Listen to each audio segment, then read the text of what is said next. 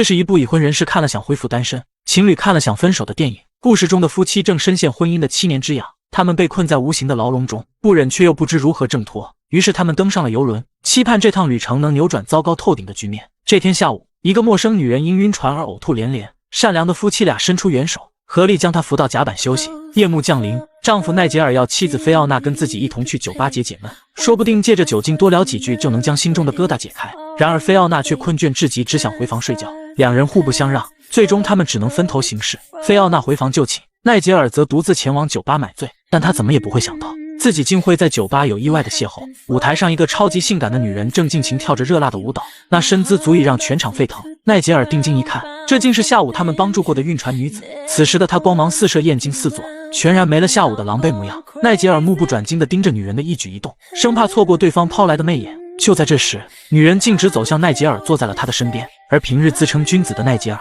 此刻却忍不住用余光窥探女人曼妙的身姿。You feeling better? Better than what? Remember this afternoon in the loo? The loo? Is it your usual pickup routine? 女人冷漠的面部表情，还有那充满讽刺的语调，都让奈杰尔尴尬的只能转过身去。可就在这时，风云突变，女人又突然换了一副魅惑的面孔，笑眯眯地向奈杰尔说道 When I feel like it. All right.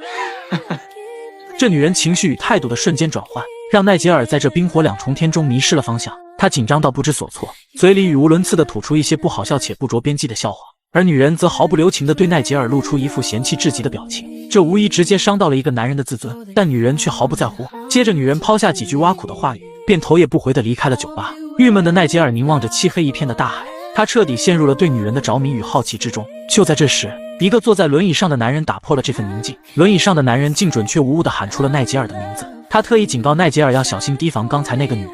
这个男人叫奥斯卡，不仅是一名才华横溢的作家，还是一个含着金汤勺出生的富二代。更令人意外的是，奥斯卡竟然是那个女人的丈夫。他声称他的腿就是被女人给弄残的。奈杰尔被震惊到说不出话，接着奥斯卡更是直接戳破了奈杰尔内心深处的想法。You'd like to fuck her? Itching to know some more about her, aren't you? 奈杰尔试图为自己辩解，可话未出口就被对方蛮横地打断。奥斯卡带着奈杰尔走进自己的房间，缓缓向他讲起自己和妻子米妮那段匪夷所思的过往。那年秋天，奥斯卡在96路公交车上与米妮不期而遇，粗心大意的米妮不慎弄丢了车票，售票员前来检票时，米妮却怎么也找不到车票。就在这关键时刻，奥斯卡毫不犹豫地将自己的车票塞给了米妮，虽然成功帮米妮化解了尴尬，但自己却被售票员无情地赶下了车。随着公车渐行渐远，奥斯卡的内心再也无法恢复平静。为了能与米妮再次相逢，奥斯卡每天都要在96路公交的路线上来回寻觅好几遍，然而结果总是令人失望，他始终寻不见米妮的身影。就在他心灰意冷之时，却在一家餐厅奇迹般的偶遇了正在打工的米妮。唯恐再次错过的奥斯卡当即对米妮展开了狂热的追求。奥斯卡成熟幽默，出手阔绰，在米妮的眼中，奥斯卡简直就是绝佳的男友人选。而米妮身上的性感与纯真更是令奥斯卡深深沉醉，因此两人之间的年龄差距很快就被抹平。陷入热恋的他们爱得如痴如醉，难以自拔。他们整整3天3夜未曾踏出卧室半步。可后来，两人之间的关系逐渐变得怪异起来，常规的操作方式已无法满足，于是他们将生活里的很多物品都变成了爱情道具。奥斯卡将诸多无法描述的细节统统讲给了奈杰尔听。此时的奈杰尔已经坐不住了，他连忙向奥斯卡告辞，匆忙朝着自己的房间赶去。原本想要与妻子亲热一番，结果却发现妻子早已沉沉睡去。无奈的奈杰尔只好关灯就寝。第二天清晨，奈杰尔向妻子讲述了昨晚的奇遇。听完丈夫的讲述，妻子对奥斯卡印象极差，还特意提醒丈夫远离奥斯卡。可一转身，他们就在吃早餐的时候遇到了奥斯卡夫妇，大家同在一艘游轮上，想躲也躲不掉。出于礼貌，奈杰尔夫妇只好跟奥斯卡夫妇有一句没一句的聊着。然而米妮的脚却在桌子底下不停地撩拨着奈杰尔。奥斯卡离开时又特意说了一段意味深长的话。 Fiona, I've already imposed on you, but may I beg a favor? As I'm sure he told you, Nigel and I had a chat last night. Such stimulating company. Could I borrow him again this afternoon? 奥斯卡的话语令菲奥娜的胃里一阵翻腾，可出于礼貌，她又实在不好意思拒绝。而这恰恰是奈杰尔所期望的结果。奈杰尔准时踏入奥斯卡的房间，而奥斯卡也迫不及待地讲述起了那些令人血脉奋张的故事。他声情并茂地描述着自己与米妮之间的种种细节，那情形已到了常人无法接受的扭曲境界，甚至到了不讲卫生的地步。听得奈杰尔有些干哕，他忍不住起身来回踱步。This is downright obscene. Obscene? Have you ever felt real, overpowering passion? Have you ever truly idolized a woman? Nothing can be obscene in such a love. Everything that occurs between you becomes a sacrament, don't you see? 奈杰尔嘴上极力反抗着，似乎在坚守着内心最后的一丝清明，可他耳朵却像是背叛了灵魂，忍不住想要继续倾听下去。在一些奇异道具和角色扮演的加持下，奥斯卡和米妮又是几个星期未曾踏出房门一步。然而激情如同绚烂的烟火，绽放之后便是迅速的消逝。当激情过后，他们之间的感情便即刻开始走下坡路。奥斯卡对米妮已然生出了些许厌倦，于是他们约了几个朋友在酒吧聚会，试图解心头的烦闷。奥斯卡毫不犹豫地坐到了其他女人身边，一瞬间，他渴望的新鲜感就再度回归。然而他们谈笑风生的这一幕却被米妮完完整整地尽收眼底，他心中的嫉妒如野草般疯长，决定要狠狠地报复一下奥斯卡。于是他故意拉上一名陌生男人，在奥斯卡的眼皮底下跳起了热辣的舞蹈。恼羞成怒的奥斯卡直接愤然离场，米妮匆匆赶回公寓，主动向奥斯卡示好，那卑微的姿态犹如凋零的花朵，渴望着雨露的滋润。然而奥斯卡却不予理睬，于是米妮便跪在地上，哭着哀求对方原谅自己。I did it because I was jealous. Please, please, you're my tiger. I don't want anyone but you. Not ever. I love. 奥斯卡极其勉强地原谅了米妮，可自这天起，两人之间的生活便失去了色彩，甚至变得索然无味。正当奈杰尔听得入迷时，米妮却突然推门而入，害羞至极的奈杰尔慌乱的连忙告辞离开，匆匆逃回了自己的房间。其实菲奥娜心如明镜，她非常明白丈夫的心思，只是碍于情面不好意思顶破罢了。她故意当着丈夫的面说米妮是个怪东西。奈杰尔夫妇在散步时偶遇了大胡子船长和他的女儿，于是几人便攀谈起来。船长的妻子早已离世，女儿变成了他唯一的精神支柱。船长告诉奈杰尔夫妇，孩子是比任何旅行都有效的婚姻疗法，可奈杰尔夫妇却对此观点不以为然。孩子的确是夫妻两人之间的纽带，但不是感情的纽带。孩子可以维系住婚姻，却维系不了感情。就在这时，一阵寒风呼啸袭来，奈杰尔赶忙回房间给妻子取外套，然而却在半路上被米妮挡住了去路。 You mustn't believe all he says. He's a sick man. Please, don't think badly of me. Tell us to me what you think. Is it really? I have to talk with you, Nigel. Go ahead. No, not here. In my cabin. We won't be disturbed there. 5 o'clock. Cabin DS1. 米妮转身离去，她的眼神犹如一把钩子，直直地勾住了奈杰尔的心，令他无法抵抗。奈杰尔的心瞬间如鼓槌般狂跳不止。关于这件事情，奈杰尔却并未向妻子提起，他带着这个不可告人的秘密，强装镇定地陪在妻子身边。然而等到5点的时候，他便随便捏造了一个借口，匆匆逃离。他准时走进了米妮的房间，屋内漆黑一片，可奈吉尔却像是被一种无法抗拒的魔力驱使着，他毫不犹豫地抓起床上人的手，就热烈地亲吻起来。April Fool 原以为是一场甜蜜的冒险，却没想到竟被戏弄，而米妮那肆意的笑声更像是一把锋利的水果刀，轻易的就削掉了奈杰尔的脸面，让他的自尊碎了一地。是他的冲动与欲望让他陷入了这般尴尬狼狈的境地，被耍弄得他恼羞成怒，狠狠地将奥斯卡夫妇骂了一顿。而他如此激烈的反应却都在奥斯卡的预料之中。奥斯卡不慌不忙地对奈杰尔说道， Mimi wants you to hear the rest of our story. She thinks it'll help her chances with you.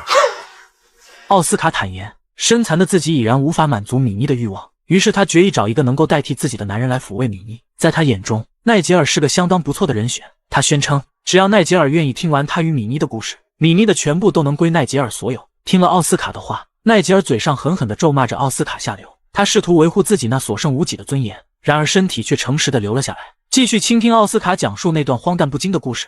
Lovers should quit when their passion's at its peak, not wait until its inevitable decline.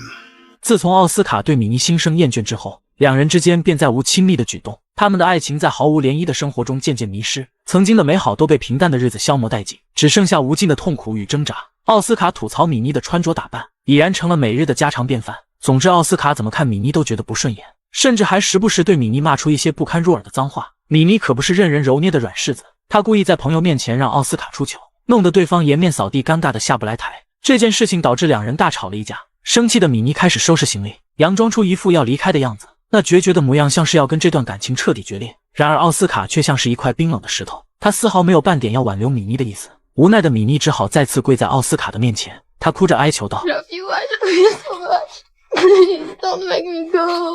Please. 看着米妮那楚楚可怜的模样，奥斯卡的心终究还是软了下来，他答应让她留了下来。可两人之间那道深深的感情裂缝却依旧横亘在彼此心间，并未得到丝毫的修补。奥斯卡宁肯花钱去找那些风尘女子，也不愿再碰米妮一下。奥斯卡的这般行为让米妮觉得自己遭受了世间最大的羞辱，于是他故意嘲讽奥斯卡，你的文笔真的很烂，没有哪个出版社会出版你写的小说。奥斯卡也不甘示弱地反击道，如果不是遇见我，你现在还在餐厅端盘子祈求小费呢。两人的争吵愈发激烈，最后竟然大打出手。米妮在激烈的冲突中被打晕在地，奥斯卡被吓坏了，慌乱中他赶紧拨打求救电话，直到米妮醒过来，奥斯卡才松了一口气。他紧紧抱着米妮连连道歉，那模样充满了懊悔与自责。见奥斯卡如此紧张自己，米妮的心也软了，她选择了原谅奥斯卡。这天两人来到游乐场玩耍，米妮的笑容里满是对未来的憧憬，她在心里默默许愿，希望能与奥斯卡永远这样幸福生活下去。可偏偏就在这时，奥斯卡却异常冷静地提出了分手。 Let's stop kidding ourselves.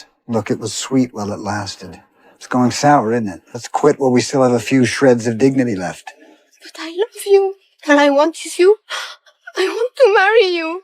I want to give you babies. I want to give you the rest of my life. I don't want the rest of your life. I want my own. 此刻的米妮仍深陷在这段无望的爱情中无法自拔。然而奥斯卡去意已决，无论米妮如何声泪俱下的哀求都无济于事。两人分手之后，奥斯卡重新堕入了灯红酒绿的生活。这天晚上，他从酒吧醉醺醺的回来，却发现米妮蜷缩着身体，像一只受伤的小流浪猫睡在他家门口。看着他可怜兮兮的模样，奥斯卡心底泛起一丝怜悯，便把他请进了家门。可不争气的米妮却又一次卑微地跪在了地上，苦苦哀求。 I can bear anything as long as I'm with you sometimes. You can shout at me. You can hit me. You can have other women. There's nothing I wouldn't do to stay with you. Please, please. 他甚至低下头去亲吻奥斯卡的鞋子，他恨不得将自己的灵魂都放在奥斯卡的脚下任他踩踏，只为了能重新回到他的身边。然而他这般卑微的姿态却如同一把钥匙，开启了奥斯卡残忍变态的那扇黑暗之门。奥斯卡把米妮留了下来，但这并非出于爱，而是为了狠狠地折磨她。每次亲密时，奥斯卡都故意念叨着别的女人的名字，那些陌生的名字如同一把把利刃，无情地刺向米妮的心。米妮剪掉了最爱的长发，只为给奥斯卡制造一点新鲜感。然而奥斯卡却假装没有看到一样将他忽略，他的努力与付出在他眼中如同空气。奥斯卡常常故意当着米妮的面在电话里跟别人甜言蜜语，他就是要用这样残忍的方式一点一点摧毁米妮的内心，逼迫她主动离开。当米妮辛辛苦苦做了一大盘丰盛的饭菜，想要讨好奥斯卡的时候，奥斯卡却嫌弃地说道 Christ, what is that? Turkey. I cooked it for you specially. Cremated it, you mean? 米妮这只扑火的飞蛾在爱情的烈焰中被烧得体无完肤，可她却依然执迷不悟。 My heart is broken. 米妮的心已然碎成了无数片，可奥斯卡却还要当众嘲笑她的发型跟对门的狗一样。被如此羞辱的米妮只能哭着躲去了厕所里。然而她不会知道，真正的痛苦才刚刚拉开帷幕。不久之后，米妮怀上了奥斯卡的孩子，可奥斯卡却找借口说自己没有资格做一个父亲。米妮顺从了奥斯卡的安排，打掉了孩子，却在手术中发生了感染，她被迫切除了子宫，从此彻底失去了做母亲的权利。奥斯卡向米妮承诺，过几天就带她离开这座伤心的城市，去很远的地方过甜蜜的二人世界。听着奥斯卡嘴里那些虚妄的承诺，米妮竟满足地笑了，似乎奥斯卡的甜言蜜语可以治愈她所有的伤痛。当两人来到飞机上时，奥斯卡说要去找个合适的地方放行李，然而他却悄悄溜下了飞机，然后无情地目送着米妮飞走。抛弃了米妮之后的奥斯卡如释重负，仿佛甩掉了一个沉重的包袱，而被抛弃的米妮望着窗外的月亮，陷入了无尽苦痛之中。当奥斯卡把故事讲到这里的时候，奈吉尔的眼神里已经流露出了对米妮深深的怜惜。伤感的他起身缓缓走出了奥斯卡的房间，而米妮就站在门口，他的眼神里充满了悲伤。看着可怜的米妮，奈吉尔心疼不已，他竟然情不自禁地吻了上去。When can we be alone together? First, hear the rest of the story. 当奈吉尔去寻找妻子的时候，竟看到妻子正跟一个男人聊得热火朝天。奈吉尔忍不住提醒妻子不要做对不起他的事情。面对丈夫的怀疑，妻子也毫不留情，直接当面戳穿了他的虚伪。 It's his wife you're after. You've got the hots for her, haven't you? I feel sorry for the girl, that's all. So sorry that your tongue's hanging out. Just watch it, Nigel. Anything you can do, I can do better. 当天夜里，游轮遇上了汹涌的风浪，剧烈的晃动把菲奥娜折磨得呕吐不止。身体的嫉妒不是让她根本没有办法参加跨年晚会，因此她满心愤懑，开始抱怨这趟旅行毫无意义。为此两人吵了几句，而奈吉尔却假装生气地离开。其实他丢下生病的妻子，就是为了去听奥斯卡讲故事。自从奥斯卡把米妮甩掉之后，他便又开始了放纵无度的生活，直到遭遇车祸之后才老实下来。在住院期间，那些曾口口声声说爱他的女人们，却没有一个人前来看望，反而是被他无情抛弃的米妮手捧鲜花出现了。2年不见，米妮开心地伸出手与奥斯卡握手。 Easy. Easy. Asshole. Did you think I'd forgotten?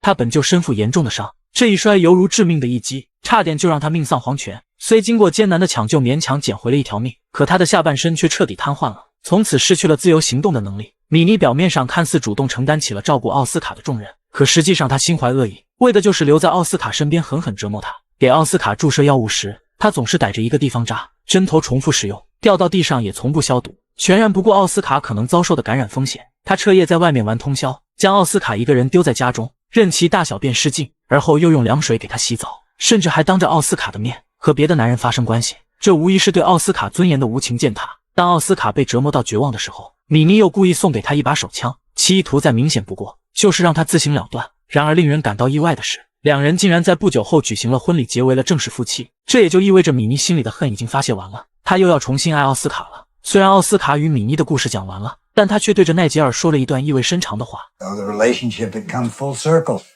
we'd reached a plateau. I live in constant dread. I'm forever afraid of losing what's left of her heart to some lucky bastard. 等奈吉尔回到自己的房间时，只见妻子已在疲惫中沉沉睡去。妻子安静的睡颜丝毫没有影响到奈吉尔狂热的心，于是奈吉尔毫不犹豫地丢下妻子，独自前往跨年晚会寻找米妮。奈吉尔自认为听完了奥斯卡的故事就能得到米妮的全部，他满怀期待，心中燃起炽热的火焰，然而却遭到了米妮的拒绝。 That's why you will never have me. You're hurting me terribly. Why are you hurting your wife? Doesn't know about that, shouldn't He's looking right at us. 奈吉尔猛地回头，发现奥斯卡与菲奥娜正目不转睛地紧盯着自己的每一个举动。奈吉尔走上前企图做出解释，然而菲奥娜的目光却被人群中的米妮所牵走。他不由自主地凑上前去与米妮纵情贴身热舞，甚至彼此亲吻。奈吉尔无法接受眼前发生的一切，自己苦等数日到头来一无所获，反而致使妻子掉进了火坑。他借酒消愁，将自己灌得烂醉，试图以此减轻内心的痛楚。可等他酒醒后，却发现菲奥娜还没有回来。他前往米妮的房间找寻，映入眼帘的竟是菲奥娜与米妮一丝不挂地睡在床上。一旁的观战者奥斯卡对奈吉尔说着一些讽刺的话，奈吉尔怒不可遏，他伸手掐住奥斯卡的脖颈，奥斯卡却毫不犹豫地掏出那把手枪，这手枪正是米妮曾赠予他的。奈吉尔赶忙劝其放下枪支，怎料奥斯卡竟决然地对着熟睡中的米妮扣动了扳机，而后他自己也随米妮而去。奈吉尔与妻子被这桩惨案吓得魂飞魄散，两人紧紧相拥。历经这场惊涛骇浪，夫妻两人总算有所领悟，当贪婪凌驾于爱情之上时，爱情就已经溃败。奥斯卡夫妇正是因为贪婪，才会被痛苦重重包裹，生不如死。奥斯卡的贪婪源于他妄图拥有更多的女人，而米妮的贪婪则是渴望独占心爱男人的全部。大部分人的生活中都存在两个悲剧，其一是欲望无法得到满足，其二是欲望得到了满足。当欲求未满时，人们会不停地追逐欲望的达成，但每一次满足之后，接踵而至的却是从未有过的空虚。这种空虚驱使着人们继续追寻新的刺激，最终深陷于更深的痛苦与自我毁灭之中。这无疑是一场永无止境的死循环。这是一部荒诞的电影，却也是真实的世界。人性的贪婪在欲望的洪流中被无限放大，最终将自己吞噬。